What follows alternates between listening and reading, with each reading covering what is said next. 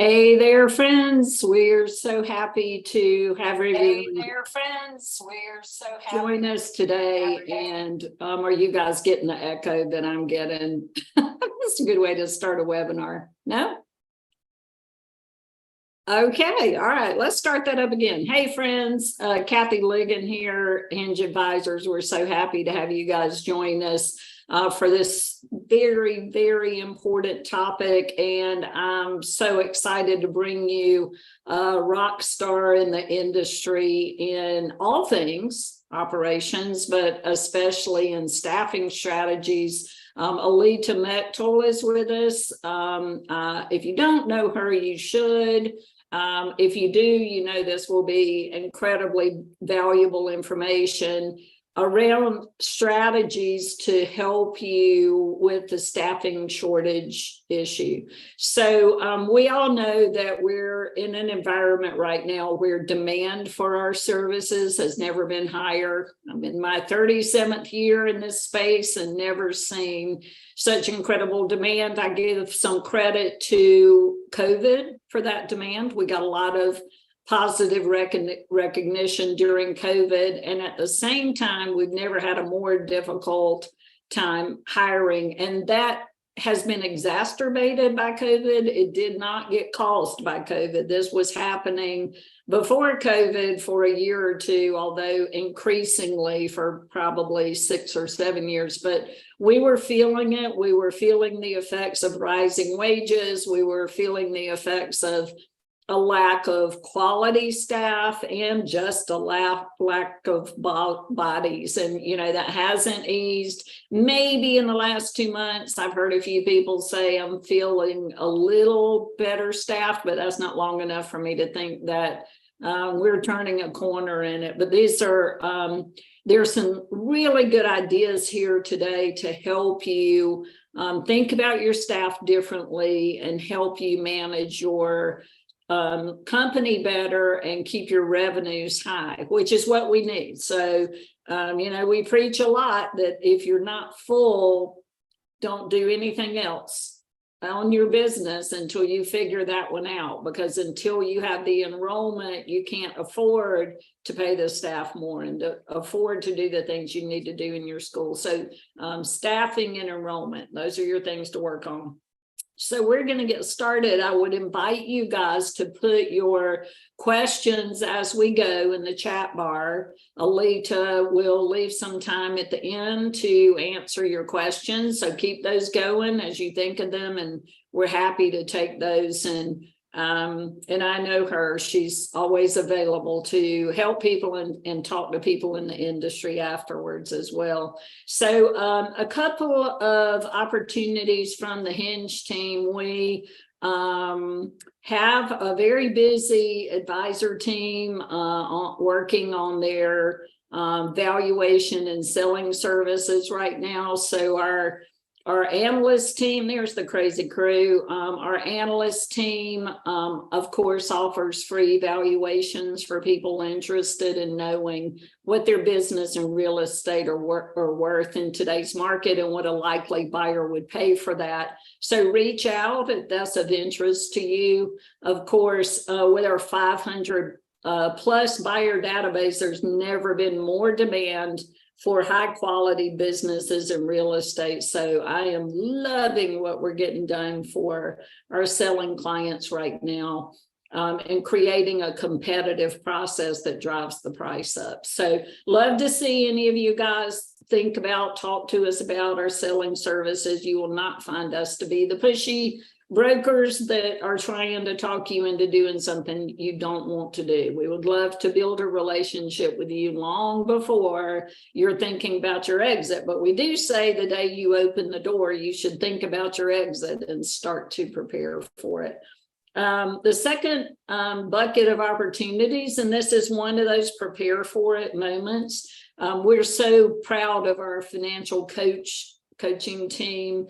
Christine, Stephanie, and Zach have a few openings for coaching around your financial goals and reviewing your financials on a regular basis with you to give you concrete ideas about how to make your company as valuable as possible. So there is an opportunity next Tuesday to get more information from them. So if you follow the URL on our website to financial coaching, you can jump into that opportunity in a 2-hour QuickBooks class. So they're doing industry specific QuickBooks training now as well.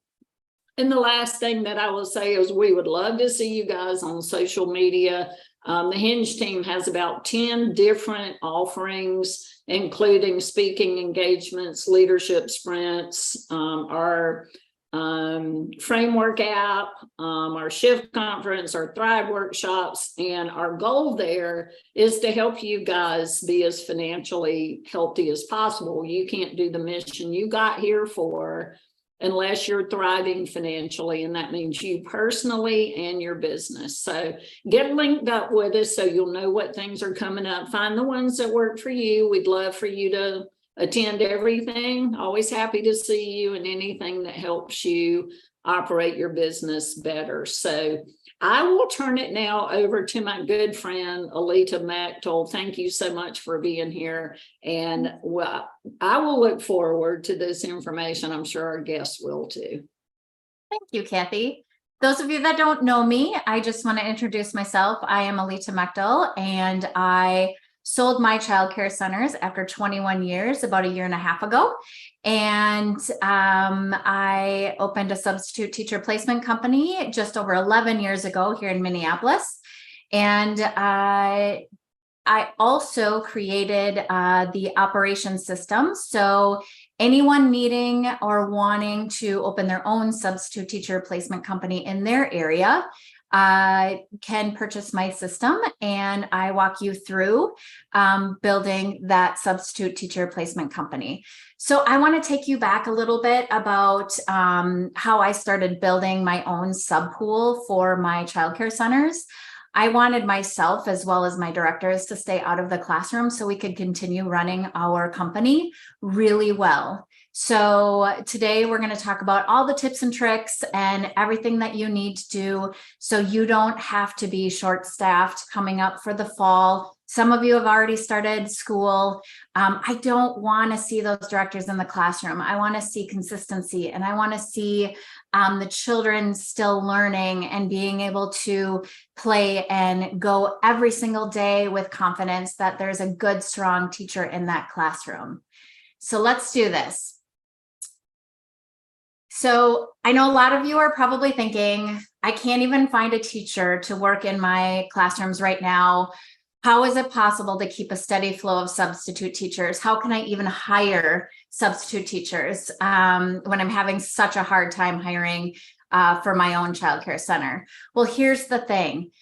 Substitute teachers are a completely different makeup of what a everyday, full-time, permanent substitute teacher looks like. And I really want you to keep that in mind through this whole presentation of the difference, what a substitute teacher looks like versus a permanent teacher.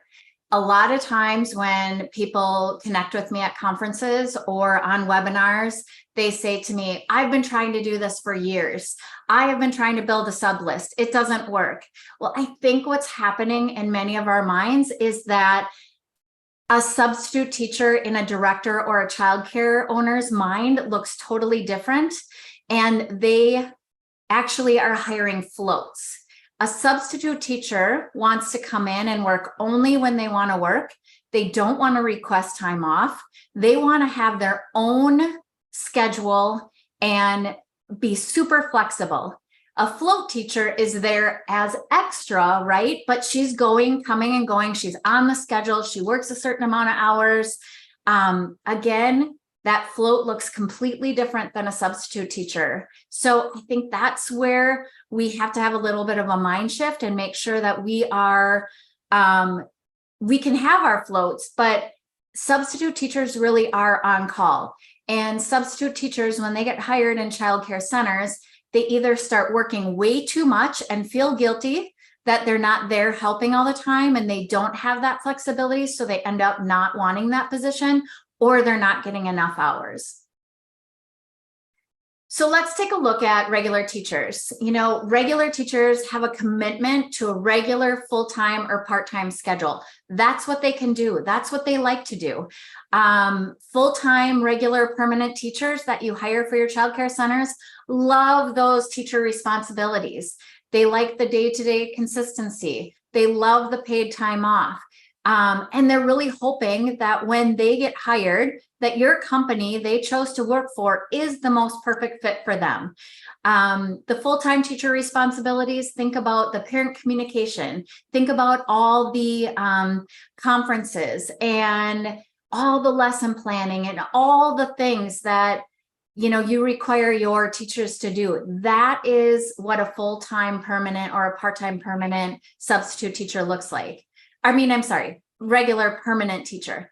Now, looking at a substitute teacher, these people are totally different people. They like or need to have flexibility. Everything they want, it's done for you. They don't need to spend hours of planning. They walk in, they are child-centered. They don't have to plan. They just need to fulfill what the teacher has left, or make sure that those classrooms are running safely with guidance and in ratios. They get to create their own hours. They've got freedom. They have flexible full or part-time positions. It's up to them. They get to come and go when it works in their schedule. It's unlimited and guaranteed time off without having to request it. And it's an opportunity to find that perfect fit. They get experience in all kinds of different areas, the substitute teachers. So they either can work in the infant department or the toddler department. They can work in the preschool department, the school age department. Maybe they don't know what age they like, and this gives them an opportunity to be that substitute teacher and make sure that they know where they want to go. Now, think about substitute teachers, where you find them. They are stay-at-home moms that wanted to be at home with their children, and maybe they have all their children graduated and are off to school now, but they want to give back to their family because they have the time, but they also want all this flexibility of time to spend with their children doing field trips and school projects and all of that. So look into your stay-at-home moms that have graduated preschoolers that are now, they feel like they're an empty nester. How about the military families, the moms and dads that don't know how long they're going to be placed in your area, so they can't really have that full-time job? Those are great opportunities to grab a hold of them. For us in Minnesota, a really good opportunity for substitute teachers are our retired teachers, because in Minnesota it's super cold and they're snowbirds. So they want to work a little bit, but they can't work full year round because maybe they have a home or they're going somewhere warm in the winter months. So thinking about those different people that you're getting in front of. And then what about all those educators, those kindergarten majors, or the first or second or third grade teachers, excuse me, that didn't find that right position and they're still looking to find a job, or they don't have confidence yet because they haven't had that job and they need some experience. Those are great substitute teachers. They come in, they want to work. Maybe it's college kids. Maybe they go to college Monday through Thursday and they have every Friday off. That would be a fantastic every Friday substitute to put in your school, where you knew that could be planning time for your teachers that you have working for you. So I hope you're starting to see the difference of regular teachers and substitute teachers. It's just a whole different makeup. Hiring. So again, where to look? The retirement area. Facebook moms, maybe we've got a lot of church groups that have mothers of preschoolers, so you want to get out in front of those or connect with those, making sure that you're speaking to those people that have a hard time finding their real spot in the world or their jobs, or they just need as much flexibility as possible. Now, remember what to say to them. They're not a float teacher, they are a substitute. It's all about flexibility with their schedule, flexibility with your schedule, being on call, having long-term, making sure that that they've got all ability and access to come and go, but you want to make sure that they are there for you when you need them. Applications and phone interviews. So this is a huge part, you guys. Write this down. When you have someone hiring for your childcare centers, I need you to really put in their mind, they're going to start separating their piles of resumes or applicants that come in. I want you to think about the applications that are and the phone interviews that really speak to your core values, your long-term commitments, your positions that you have offered. And then you've got those applicants and those phone interviews that are coming in, and they want to they just don't fit the realm, but that they're child center and they would be a good fit for a sub. So start thinking that and training the person that's hiring to say, okay, this is a great candidate list for permanent teachers, and this is a great candidate for substitute teachers. Now, if it gets to a face-to-face interview after the phone interview, and you realize this one person's going to be a perfect fit, every other interview you have, you ask them, hey, if this position that you're interviewing for doesn't work, then would you be willing to be our substitute teacher? And then that list starts building and building and building. And you guys, you would not believe how many people want a flexibility in their schedule. And pretty soon, again, another mind shift for you guys. We all used to hire so many things so many teachers for what our school needed. I want you guys to change your mindset a little bit. And I know it's a little bit of more of a scheduling nightmare, but wouldn't you rather have 3 amazing sub teachers or teachers that create a full-time schedule than you waiting 7 months to find that one perfect one that has to work from 8 to 5:30? Because you guys, again, there's been a shift in this world and we need flexibility, and people are looking for flexibility. So try not to go with the old way of hiring and only hire for what is available at your center for this hour to this hour. You may have to piecemeal it together, and it's pretty phenomenal. If you've got great onboarding, great coaching, great accountability, the parents aren't going to care. And I know the parents and the children thrive on consistency, but when you have 3 absolutely top-notch teachers filling a full-time role versus a director running in back and forth and you filling in all these spots, it just doesn't feel the same. So have a little bit of a mind shift when you're hiring, and you have to learn how to be a little bit more flexible so you can hire for the flexibility that's needed in this world today, unfortunately. So onboarding. Let's talk a little bit about the expectations of onboarding. So when you have a substitute teacher list, you're going to want to absolutely go through all the same expectations you have for your permanent teachers. You want to make sure that they have training and onboarding in all 3 or 4 of the age groups that you serve. Make sure that you give them ample amount of time with a mentor teacher in the infants, the toddlers, the preschool, and the school age. Because the last thing you want to do is have a need for an area that they haven't been trained in and they don't know what to do. So it's really important for these substitute teachers to get onboarded in all the age level for clear expectations. I want you to make sure that you're introducing them to the entire team that you have, because again, at any given moment, they could be working with anyone. And if they don't know that person, it may kind of feel funny at first. So get them comfortable with everyone in your whole entire team. And then again, make sure that they are speaking, bleeding, breathing, talking, referring, absolutely everything your core values. If you have an on-site sub list and all these substitutes are working for you, you want those subs meeting your core values. I want you to make sure that you're giving training on customer service, because those subs are in a classroom and you want to make sure that they can speak to each other, they can speak to the families, they can speak to the children. Customer service isn't always about speaking or treating or communication with our clients. It's with our children, and it's with each other as well as their team.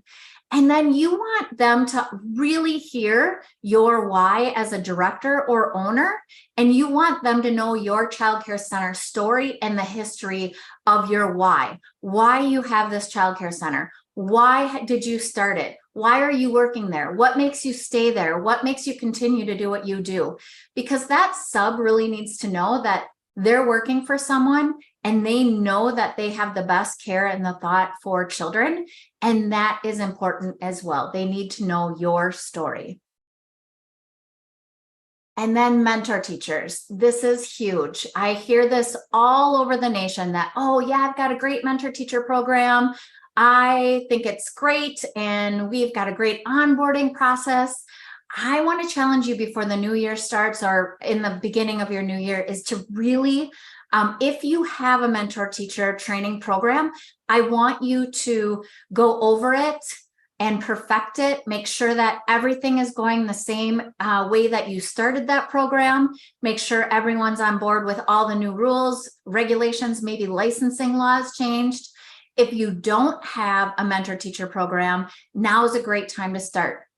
So what this looks like is you going and you interviewing everyone on your team, whoever wants to be a mentor teacher, and you make sure that you're training them and onboarding them what it looks like to be a mentor teacher.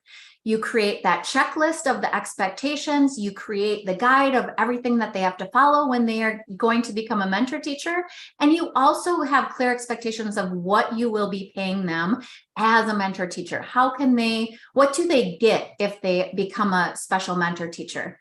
Now, this checklist that you create is for the mentor teacher and for the substitute teacher, because what you want to do, and believe me, you guys, I have perfected this and I have had this, and I am speaking because I've made all the mistakes. And the reason I'm doing everything I'm doing and everything that I put my systems in place, because guess what? I learned from my mistakes. So my checklist is everything that needs to be trained for my substitute teacher and everything that the substitute teacher learned, so that at any given time, you can walk up to that mentor teacher and say, hey, did you train them on X, Y, and Z? And they're like, oh yeah, I covered it. And then all of a sudden it was the sub said, well, I never got trained on that. Well, the mentor teacher said yes. So this checklist for both is that they went over everything. And then what happens is they both sign off on it. So super important, you guys, to have this mentor teacher training checklist. And again, pay, you can do a gift card, you can do when you're a mentor teacher, you get a little bit of a bonus, or this is what your pay is. There's many different ways you can surround the pay and reward for being a mentor teacher. And maybe your mentor teacher has more training and it's just a whole different role in your company. And that's what their goal is to be a mentor teacher. But again, your best teacher, you're thinking, I'm just going to put my top teacher there and they're going to mentor. And I just know they're doing everything great. Well, I had my longest teacher and someone that was with me, and they became a mentor teacher. And I didn't know that 3 of the things that I expected she was doing wrong, because she just fell into some old habits and she was doing that. So if licensing comes and the sub does something incorrectly and says, well, that's how I was taught for the mentor teacher, you guys, it comes back on you. So make sure that you are onboarding and training those mentor teachers. Okay. And then have your mentor teacher check in with your subs. hey, do you need any help? Do you need anything? How's it going? Make sure that they have that person they know that they can check in at any given time. So let's go into what your classrooms look like for a successful substitute teacher placement. I want you guys to have a subfolder in every one of your classrooms. It should look the same. It should be basically in the same spot in every classroom. And what should be in the substitute teacher folder checklist? Because whether I come into your classroom or a sub comes into your classroom or the teacher next door has to fill in your classroom, that folder or that whatever vessel you have all this information in needs to be clear and concise so that I can run that classroom with my eyes closed. There should be no questions. The daily schedule should be in there. Any allergies or food preferences and action plans should be in there. Medications or health plans. Maybe there's some behavior plans that are in there. The calendar, because what if all of a sudden your sub is there for one day and she or he is needed for a few more days? They at least know what the calendar says and what the themes are. The weekly lesson plans. I just had my teachers change out the lesson plans every single week to make sure that they were in there. Here's another big one that we sometimes forget. You know, all the cots that are laid out, they all go in a certain place, and these children know that they go in a certain place, right? Well, if I'm a substitute and I come in and I don't have a napping mat or, you know, any requests for special requests for where cots go, then I don't know where to set them. And so making sure that there's a system put in place for a successful sleeping environment. And then you've got important documents. These are licensing documents that you want to make sure are very accessible to your substitute teacher. Your incident logs, your accident reports, your illness logs, your medication forms, separation logs. Now, here's something that I do want to warn you about a little bit is I never had my substitutes administer medication. And I think it's really important that if medication is administered, that you make that very clear who is to administer it. So if it is medication, the sub will say, hey, this needs to be administered, but whoever's with them in the classroom should administer it, or the director should come in and administer it. Scheduling, again, a little bit of a mind shift on scheduling, remembering that some hours are better than none. So I would love for your directors to never be in the classroom. Wouldn't that be great? They're running your childcare centers. They've well-oiled ship. They're answering the phone. They are making sure that, you know, the door is answered. If there's an unexpected tour or somebody wants to come and apply, like they're up front and center. Well, that's, you know, reality isn't always going to be there, but take the hours you can get, because 3 hours in your office gets you back 3 hours of things that you can get done that aren't going to be on the table at the end of the day. Because when your directors are in classrooms, it's not fair to the families. It's not fair to the children. It's not fair. There's no consistency. They're never 100% in the classroom because they still have a job to do after they leave that classroom. And they have all this work that's still on their plate. So get out of that old mentality of hiring and grab what you can if they are really amazing educators. If I can only give you 24 hours a week and I am the most incredible teacher and I fit every single thing in your core values, take me as that educator and use me the best of your ability, because some hours are better than none. Meetings, trainings, and equal opportunities. So I don't want you to think of these subs as only a sub. I also, if you have this sub list and this pool inside of your school, maybe they haven't worked for a few days, a weeks, hours, whatever it is. I don't care what it is.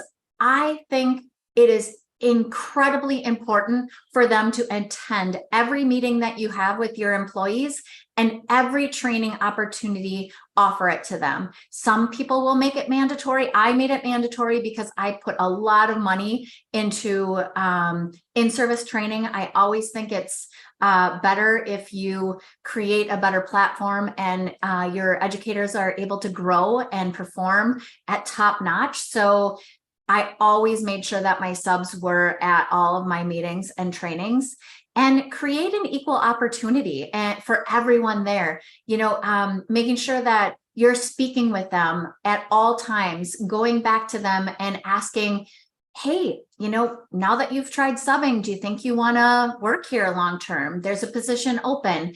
Go to your subs first and communicate. I, in the beginning, was losing my subs and they would quit and they would go find a full-time position when I had full-time positions on site.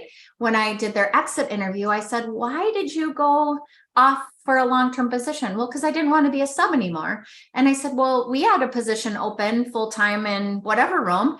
They're like, oh, I wish I would have known. So then I learned from that to always communicate with my subs and communicate with those temp staff, because I wanted to make sure they knew that they had an equal opportunity of interviewing for that full-time position. And then I didn't have to look outside. I already knew if I wanted them to be on site. Sometimes, you guys, we look so far past what's at our fingertips to solve our challenges we're having in our childcare center when it's right in front of our nose. So make sure that you are communicating to these subs and giving them equal opportunities as you do your own team. And then permanent placement, kind of what I was saying. Make sure you don't overlook this. Make sure you're communicating with them. I did, when I hired them, I had the hours of expectation, the committed hours that they were willing to commit to for my childcare centers. Then I would meet with them 15 days after they were hired. How's it going? Are you still feeling okay? Being in these hours, do you want to increase, decrease your hours?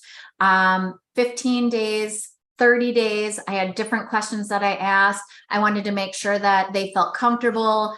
Were they getting along with everybody? Was there a challenge anywhere? Again, are you still wanting to be a sub? That was my biggest question at my 30, 60, 90 days, 6 months, and then 1 year. And so you're always asking them different questions. You're checking questions at your 15, 30, 60, 90.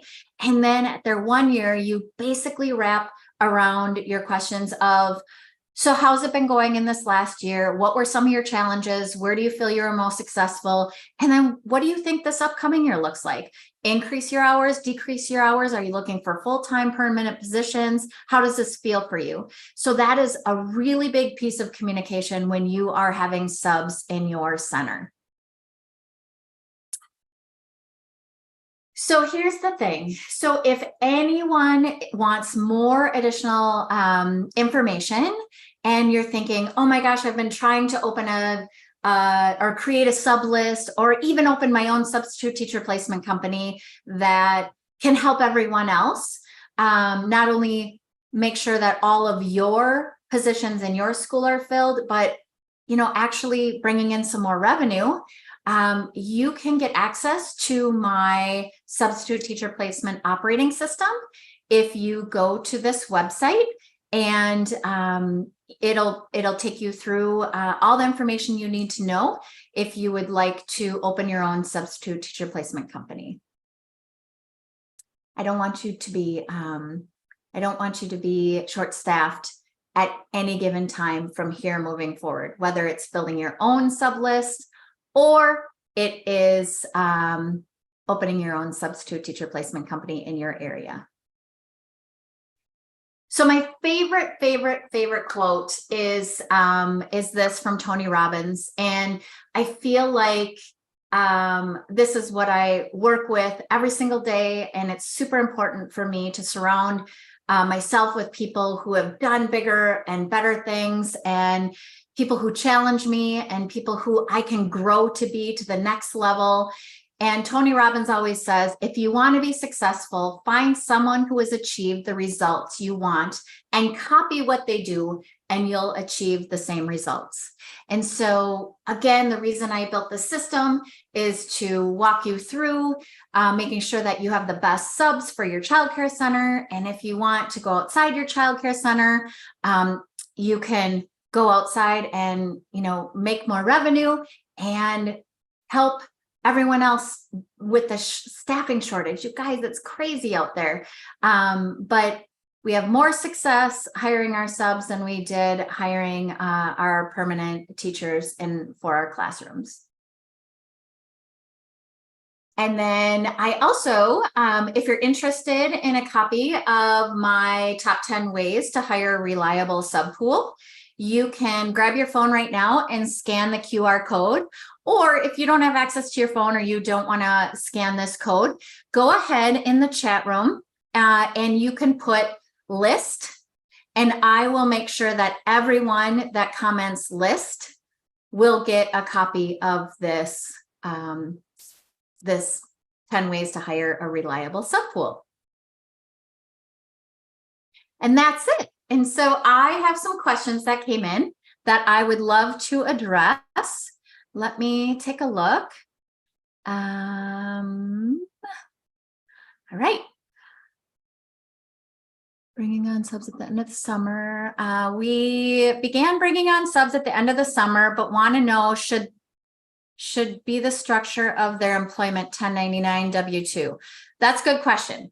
So if you are bringing on subs, they're a part of your childcare centers. I just had them as a part of my employees. And so when I separated and opened my own substitute teacher placement company, I created that company and they were those employees. So I paid them a W-2. They were not contracted employees. They were W-2 employees, just like your childcare center, all your teachers. But my Teachers for Tomorrow substitute teacher placement company had all employees. So I did a W-2. I would talk to your tax specialist, whoever you're using, because if you are contracting them, there's different taxes that they have to go on. And I don't want to say that I want to give you tax advice at this time, but if they are coming in and working for you and being a sub, I would definitely W-2 them. And then many of the types of possible subs you're talking about would not have required ECE classes to work in childcare. Many of the types of possible subs you are talking about would not have required. Lisa, if you could expand on that a little bit more so I can help you if there's a question on that. Do you have a sample checklist for your mentor teacher that you can share?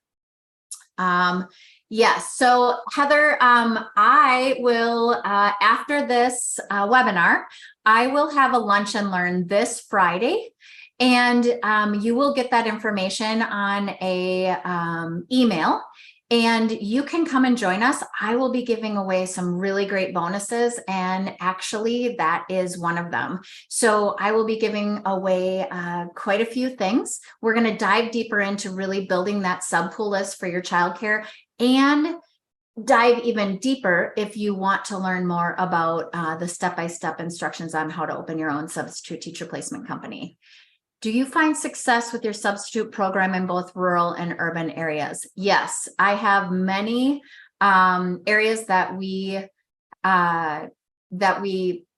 place subs in here in Minnesota, but the people that have purchased my system and opened their substitute teacher placement companies are having success no matter what area.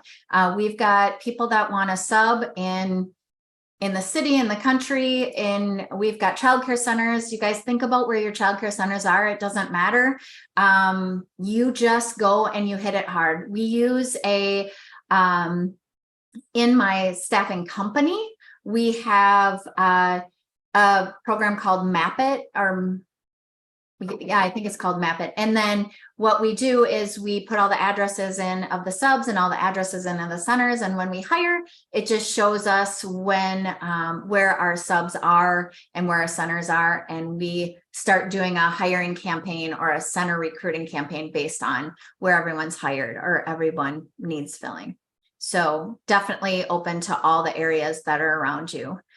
Do you have a sample of those 30? Yep. And Melinda has a great question. Do you have a sample of those 30, 60, 90 and yearly check-in questions? Absolutely. Could be another bonus that I'm sharing on Friday. So you can join me and you will be able to get that information. I would love to be a part of this Friday's webinar if there's still space available. There is a ton of space available. Again, that information will come out after this webinar.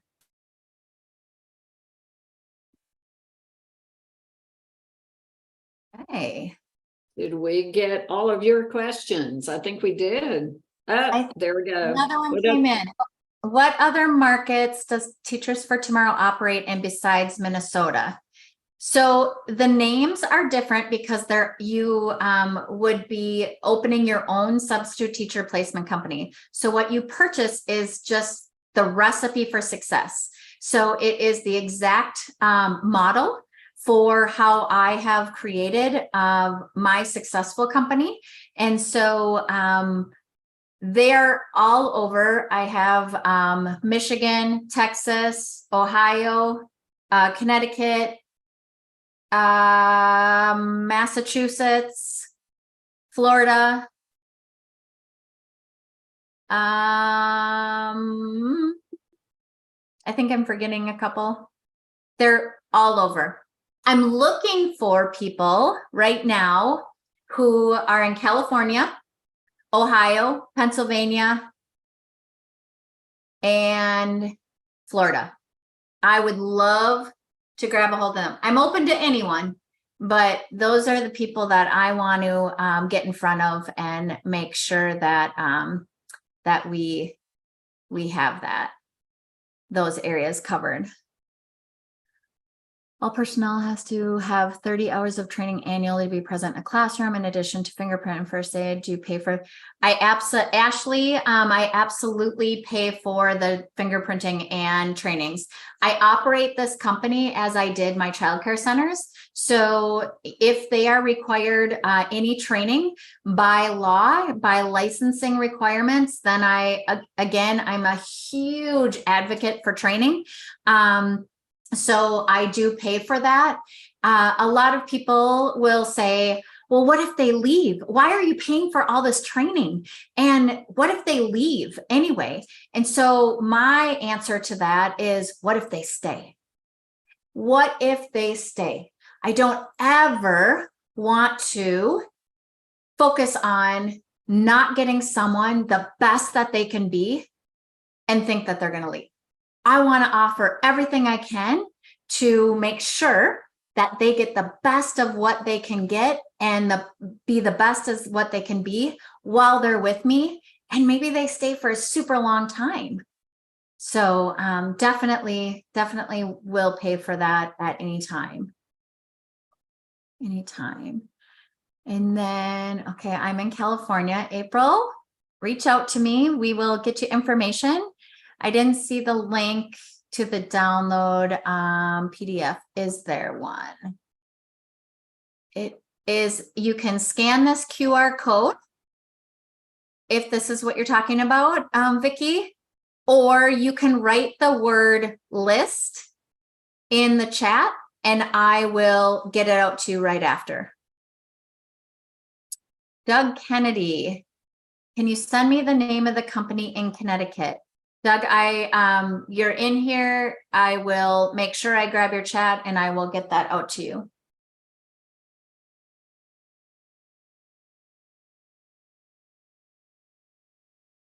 Any other questions that I can help with? I just think having a sub list is so important, you guys. I can't tell you. I've heard some horror stories where, you know, all the families drop off the children and the director is busy calling all the parents because they didn't have enough staff for the school and the classroom and they had to come pick up their children. So let's go into the fall with full classrooms, enrollment, never be short-staffed again. Get those sub lists like packed in, making sure that the communication is clear, everything is good, and have that consistency for your kiddos in your classroom. They deserve it. Your families, you sell an incredible program. You owe it to your families to have that consistency. So yeah. Thank you so much. That was amazing. I love how you take a concept like substitute teachers that could have such a huge impact on the quality of your program and your ability to enroll. Before we leave, you have a new question. Do you ever find sub administrators? Yeah, so Joanna, we used to try and do that. I think we will start to do that again. That is not anything that we've very little been requested that. I mean, very, very rare do we get a request for that. But a couple of people lately have asked that. And I've built my management team pretty robust, that we each have our own specialty, and we feel that we've all been a director at one point and another, and we definitely could fill in for that administrator, but we tried to stay away from that and really just go full force on what we knew we needed most, and that was to get our classrooms staffed. Could you tell our friends here how to reach you if they have other questions? Because, you guys, like I said, this is one of many, many, many talents this person in front of you has. So what's the best way to reach you? Yep. My email is right there. And I also work with Kathy, and I run all of her mastermind groups.